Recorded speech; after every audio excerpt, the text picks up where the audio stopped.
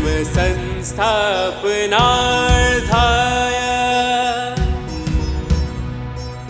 संभवामि युगे युगे संभवामि युगे युगे संभवामि युगे युगे। आगे देखो क्या कहते हैं। 16, 17, 18 में कंक्लूजन दे रहे हैं, सम अप कर रहे हैं। द्वौ इमौ पुरुषौ लोके क्षरः च अक्षर एव च क्षर सर्वाणि भूतानि कूटस्थ अक्षर उच्यते। उत्तमः पुरुषः तु अन्यः परमात्मा इति उदाहयतः यः लोकत्रयम् आविश्यः बिभर्ति अव्ययः ईश्वरः। यस्माक्षरम् अतीतः अहम् अक्षरात् अपि च उत्तमः अतः अस्मि लोके वेदे च प्रथितः पुरुषोत्तमः। इस अध्याय के अंदर प्रमुख 3 स्वरूप की चर्चा हुई है। पहले 5 श्लोक के अंदर चर्चा चली संसार वृक्ष, उल्टा वृक्ष समझाया था सत्संग 64 के अंदर। फिर पिछले सत्संग में चर्चा चली जीवात्मा का स्वरूप, वो भी चार्ट से पूरा समझाया था कि तुम लोग इधर भाग रहे हो 1, 2, 3 की तरफ या ABC की तरफ, लेकिन जाना था तुम्हें ऊपर की तरफ सुख के लिए, बाकी कर्तव्य पालन के लिए कुछ भी करो। और तीसरी तरफ अभी जो हमने लास्ट 4 श्लोक के अंदर समझा और छठा श्लोक भी उसमें मिला लो, तो उन 5 श्लोकों के अंदर ईश्वर के स्वरूप की बात, यानी 3 स्वरूप, संसार का स्वरूप, जीवात्मा का स्वरूप और ईश्वर का। इसलिए कुछ कुछ जगह पर इस अध्याय को संपूर्ण शास्त्र की उपमा दी है।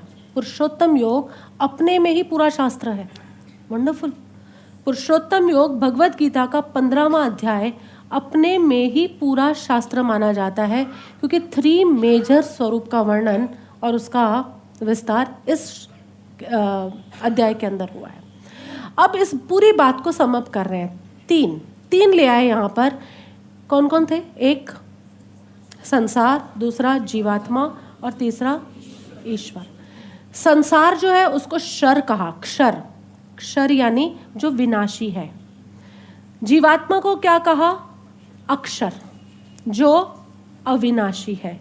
और तीसरा क्या है? ईश्वर, ईश्वर को कहा पुरुषोत्तम, जो इन दोनों से पार है। बड़ी मजेदार बात है। 3 देने पड़ेंगे। इसको किसी को समझाना हो कि ये ईश्वर क्या है, किसी को समझ ही ना पड़े, तो स्टेप बाय स्टेप इस जर्नी को आगे प्रोसीड करना होता है। Because the fundamental rule of educating someone, किसी को भी कुछ सिखाना हो तो इस तरह से सिखाया जाता है कि जो उसको पता है वहाँ से बात को शुरू करते करते जो उसे नहीं पता वहाँ तक उसे ले जाया जाए। This is the fundamental rule of education, isn't it? जब किसी को चंद्रमा दिखाना है तो वो देख ले वो आकाश में है, अरे उसको यही नहीं पता आकाश में चंद्रमा कैसा होता है, तो उसे धीरे धीरे जो उसे पता है, यानी मेरी उंगली, उसका परिचय कराना है, मेरी उंगली का इशारा, इशारे में ऊपर, और फिर वो धीरे धीरे समझ पाता है। इशारों के माध्यम से पूर्णता तक पहुंचना है, और उसके लिए ये 3 महत्वपूर्ण शब्द क्षर, अक्षर और पुरुषोत्तम 3 दिए हैं। क्षर मतलब टेम्पररी, अक्षर मतलब परमानेंट, और पुरुषोत्तम मतलब क्या नाम दोगे? पुरुषोत्तम मतलब ईश्वर, ईश्वर मतलब अल्टीमेट, एब्सोल्यूट। ठीक है, मैंने अपनी डायरी में लिखा है सबस्ट्रैटम, आधार, जो इन सब का आधार है। क्षर और अक्षर, नित्य अनित्य, क्षणिक शाश्वत, टेम्पररी परमानेंट, विनाशी अविनाशी, इन सब का जो आधारभूत तत्व है, सबस्ट्रैटम, जिसके आधार पर ये सब टिका हुआ है, वो पुरुषोत्तम है। इन 3 की बात चलेगी, इसमें पूरे में चली है, अब तो केवल कंक्लूजन करना है हमें। किसी को समझाना हो, मान लो कोई बच्चा आए हमारे पास और उसको पता ही नहीं है कि मिट्टी क्या होती है। मिट्टी, कोई छोटा सा बच्चा है 5 साल का, 4 साल का, उसको मालूम ही नहीं है मिट्टी क्या है, तो मैं क्या करूँगी? मेरे पास समझो कोई घड़ा पड़ा है छोटा सा, तो मैं उसको कहूँगी वो देखो पीले रंग का घड़ा पड़ा है ना, वो मिट्टी है। तो बच्चा कहेगा ओके, अच्छा ये पीले रंग वाला मिट्टी है, अच्छा ये राउंड शेप है ना वो मिट्टी है। ये मिट्टी है क्या? पीला रंग मिट्टी है, राउंड शेप मिट्टी है। लेकिन बच्चे को समझाने के लिए मैं क्या कहूँगी, बेटा वो जो घड़ा है ना वो मिट्टी है। वो मिट्टी है कि मिट्टी का है? लेकिन अब मिट्टी को समझाना है। बच्चा कह रहा है मॉम हमें समझाओ मिट्टी क्या है, तो मैं कहूँगी बेटा वो रही मिट्टी, वो मिट्टी है। वो कहेगा अच्छा मैं समझ गया, मतलब ये मिट्टी होती है। तो नहीं, खाली इतना नहीं है मिट्टी का स्वरूप, ये तो विनाशी है। उस मिट्टी में, घड़े की जो मिट्टी है उसमें अविनाशी क्या है? तो घड़े को तोड़कर उसको यूं चूर चूर करके दिखाया जाए, बेटा एक्चुअल में ये है मिट्टी, कहेंगे कि नहीं हम उसको, कि एक्चुअल में तो ये मिट्टी है, इसमें से घड़ा की भी शेप बन सकती है, सुराही की भी बन सकती है, खिलौना भी बन सकता है, कुछ भी बन सकता है। तो वास्तव में मिट्टी ये है। तो बच्चा समझता है ओके ये मिट्टी है, ये जो चूर चूर आपने किया ना यही मिट्टी है। नहीं नहीं ये नहीं है, ये मकान जिससे बना है वो भी मिट्टी है। और ये जो दिल्ली में पूरा दिन उड़ती रहती है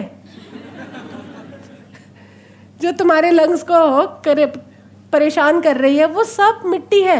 अच्छा अच्छा ये सब जो फैला हुआ है ये सब मिट्टी है। नहीं, फिर जिसको पता है ना, देखो तुम तो वहीं अटक जाओगे, लेकिन मेरे जैसी माँ नहीं अटकेगी।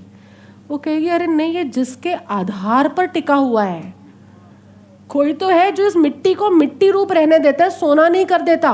काश मिट्टी को सोना कर देता, लेकिन वो मिट्टी को मिट्टी रूप ही धारण किए है। तो मतलब ये मिट्टी का कहीं उससे भी संबंध है। यानी मिट्टी और ईश्वर तक पहुंचने के लिए तुम्हें थोड़ा थोड़ा थोड़ा थोड़ा करके इन 3 डायमेंशंस को लेना पड़ेगा। मिट्टी के घड़ा टेम्पररी, उसमें मिट्टी परमानेंट, मिट्टी परमानेंट, मिट्टी लकड़ी नहीं बन जाएगी, मिट्टी मिट्टी ही रहेगी। और ये टेम्पररी और परमानेंट किसी के आधार पर टिके हुए हैं, वो ईश्वर। ये 3 बातें समझ में आती हैं, किसी के आधार पर। अब कुछ शास्त्रों में, कुछ दर्शनों के अंदर ये तकलीफ ऑलवेज रही है, क्योंकि वो 2 को ही मानते हैं, टेम्पररी और परमानेंट। जैन शास्त्रों की बात करूं, मेरा तो बहुत अभ्यास रहा, लेकिन एक पहेली मेरी जैनों के माध्यम से कभी भी सुलझ नहीं पाई। एक गुत्थी थी जो मेरी कभी नहीं सुलझती थी। ऑल्दो मैं जितने भी गुरुओं के, साधुओं के पास जाती थी, मैं उनसे पूछने की चेष्टा करती थी, लेकिन तब वो मुझे तू बड़ी तर्की है, तर्की मतलब टर्की वाला नहीं, तर्कवादी, ऐसा बोलकर मेरे प्रश्नों को ना वो ज़्यादा हवा नहीं देते थे। मुझे भी थोड़ा ईगो में हर्ट होता था कि वैसे तो मुझे लगता था मैं बड़ी सेंसिबल बात कर रही हूँ, बट दे यूज्ड टू से कि तुम छोड़ो, ये प्रश्न तो होते ही नहीं है। लेकिन मुझे जैन फिलॉसफी में हम लोग पैदा हुए थे, सुना समझा, और 95-96 से जब पढ़ना शुरू किया तो ऑब्वियस था जो फिलॉसफी थी उसी को पढ़ते थे, जैनों की। जैन तत्व प्रकाश तुम्हें पता होगा, अमोलक ऋषि महाराज जी की, मैंने पूरी आगे पीछे पीछे आगे 5 बार छान मारी है, इतना पढ़ा है मैंने उसको, but I never got one answer. 2 को ही मानते हैं, एक पदार्थ और एक आत्मा, यानी एक जड़ और एक चेतन। दो को ही मानते हैं। तुम लोग जैन हो, थोड़े बहुत समझदार जैन हो, अभ्यासी जैन हो, तुमसे भी मैं यही प्रश्न करूंगी। 2 पदार्थ को मानते हैं, जड़ और चेतन, पदार्थ और आत्मा, टेम्पररी और परमानेंट। वो 3rd को नहीं मानते, 3rd को, पुरुषोत्तम को नहीं मानते, वो 2 को मानते हैं।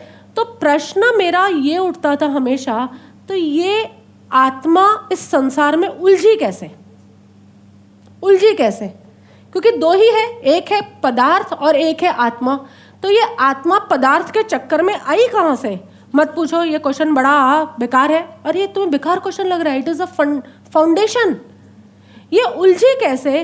तो कहते हैं 2 ही पदार्थ है, यानी मैं कहती हूँ कि एक आत्मा है, एक पदार्थ है, यानी जड़ है, कर्म है। कहते हैं अज्ञान के कारण। बड़ा अच्छा आंसर था, फिलोसॉफिकली तो बड़ा अच्छा आंसर लगता है। अज्ञान के कारण, मिथ्यात्व के कारण। मतलब मैंने उनसे ये पूछने की, समझने की चेष्टा करी कि मिथ्यात्व के कारण यानी कर्मों ने आत्मा को बांध लिया। वो कहते हैं हाँ, कर्मों ने आत्मा को बांधा। अरे तो फिर तो कर्म ज्यादा शक्तिशाली हो गए आत्मा से। कर्म आत्मा से, अगर कर्म आत्मा को बांध सकते हैं तो शक्तिशाली कौन है ज्यादा? कर्म। तो कहते हैं नहीं, आत्मा शक्तिशाली है, कर्म शक्तिशाली नहीं है। अच्छा, तो आत्मा खुद ही बंध गई आके?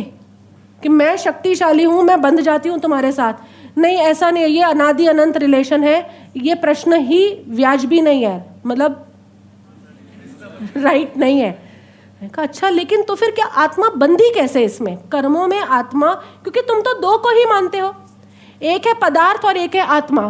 तो सीधी सीधी बात करूं, क्या पदार्थ ने आत्मा को बांधा? कहते नहीं, आत्मा सर्वशक्तिमान है, तो आत्मा क्या खुद बन गई? कहते नहीं।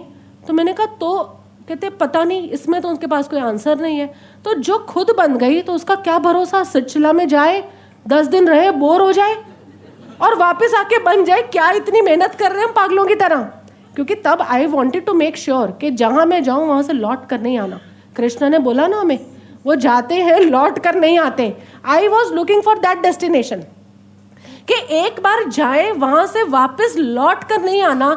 लेकिन अगर आत्मा खुद ही कर्मों से बंधी है तो क्या गारंटी क्या है कि सिलसिला में जाके फिर वो कर्मों से वापस कर्मों की तरफ अट्रैक्ट नहीं होगी और वापस नहीं बंधेगी? They don't have answer because they don't have the third dimension of Ishwar. जहां तुम इस पूरी पहेली के अंदर ईश्वर को डाल दोगे, तुम्हारी पूरी गुत्थी सुलझ जाएगी।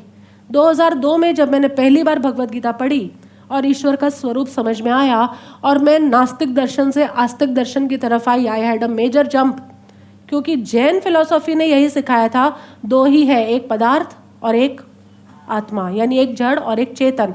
तो जड़ ने चेतन को बांधा तो जड़ ज्यादा पावरफुल हो गया, चेतन स्वयं बंधा तो क्या गारंटी है कि आगे नहीं बंधेगा?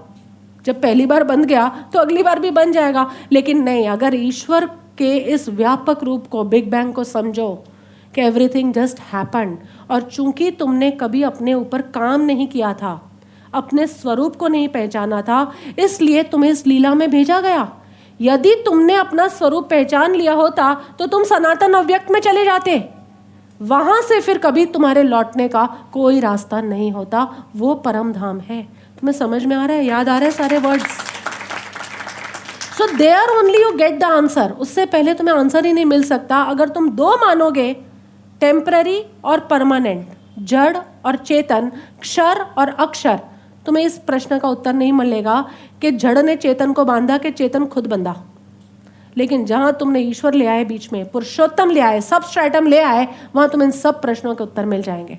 And therefore I am not against Jain philosophy, that is their way of making things understand. और उनके पास बहुत सूक्ष्म वैज्ञानिक ढंग है, जैनों के पास भी, आत्मशुद्धि के। डेफिनेटली उत्तराधीन सूत्र में किए ना हमने, बड़े ही परफेक्ट सिद्धांत हैं। लेकिन फाउंडेशन अगर हमारे को क्लियर नहीं मिलती तो ऊपर कहीं ना कहीं शंका आती है। वो सारी शंका मेरी गई भगवद गीता के साथ। क्या कह रहे हैं यहाँ?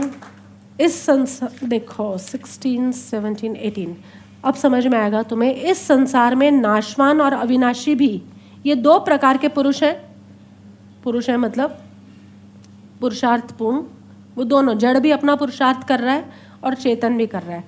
इनमें संपूर्ण भूत प्राणियों के शरीर तो नाशवान है और जीवात्मा अविनाशी कहा जाता है। Okay, got it? आगे, उत्तम पुरुष तो अन्य ही है। तुम इन दो पर अपनी फिलॉसफी को एंड नहीं कर सकते। और जैनों ने, बौद्धों ने, जितने भी नास्तिक दर्शन है, उन सब ने क्या किया है? दो को ही माना है। जो धर्म तीसरे को मानेगा, यानी पुरुषोत्तम को मानेगा, उसके पास हर चीज का समाधान निकल आएगा, फाउंडेशनल। बाकी ऊपर ऊपर के तो हर जगह मिल जाते हैं, लेकिन रूट्स नहीं मिल पाते हमें। उत्तम पुरुष तो अन्य ही है, जो तीनों लोकों में प्रवेश करके, शाबाश, क्या लिखा है? प्रवेश करके सबका धारण पोषण करता है, एवं अविनाशी परमेश्वर और ईश्वर इस प्रकार कहा गया है। क्योंकि मैं नाशवान जड़ वर्ग क्षेत्र से तो सर्वथा अतीत हूं और अविनाशी जीवात्मा से भी उत्तम हूं, इसलिए लोक में और वेद में भी पुरुषोत्तम नाम से प्रसिद्ध हूं।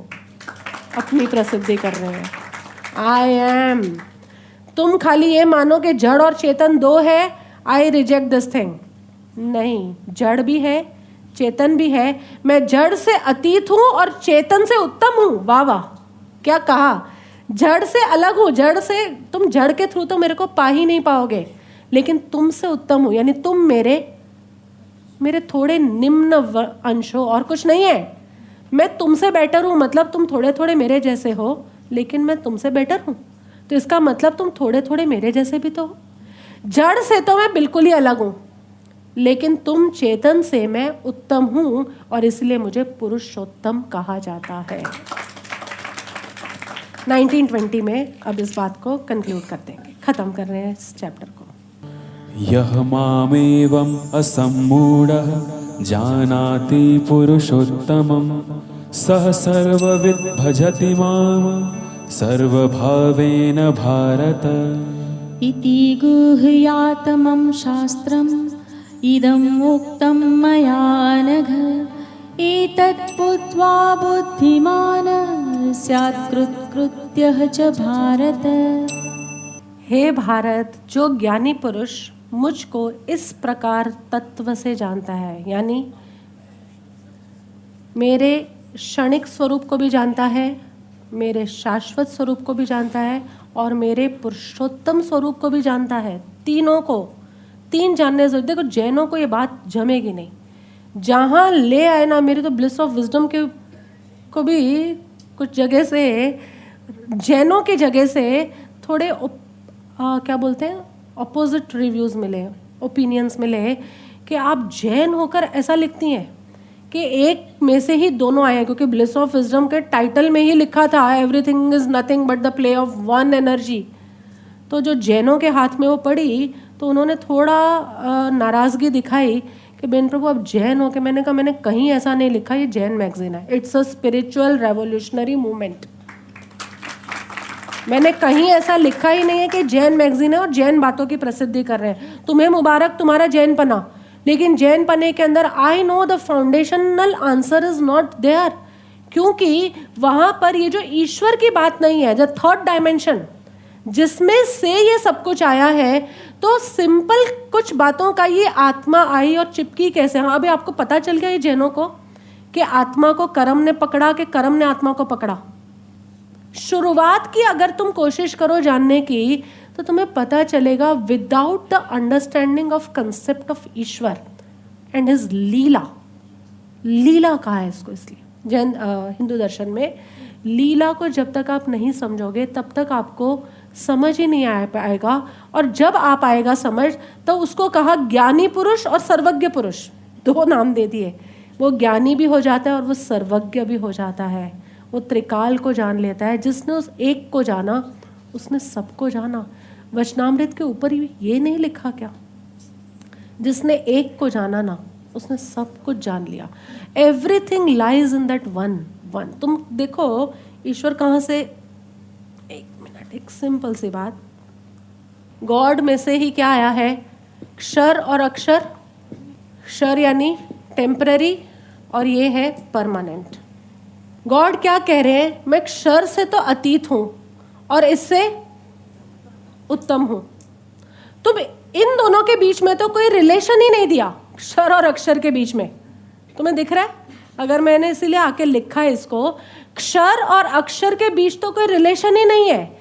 जैसे एक ट्रायंगल बनाओ, ओपन ट्रायंगल, ए बी और सी, बेस नहीं है उसका मान लो, तो इस ए का बी के साथ कनेक्शन है, ए का सी के साथ भी कनेक्शन है, बी और सी का तो कोई कनेक्शन ही नहीं है। तो जड़ और चेतन का तो कनेक्शन ही नहीं है आपस में। कोई जो भी कनेक्शन है that is just because of A, just because of that transcendental energy जिसको हम गॉड कहते हैं, जिसने ये इससे अतीत है और इससे उत्तम है।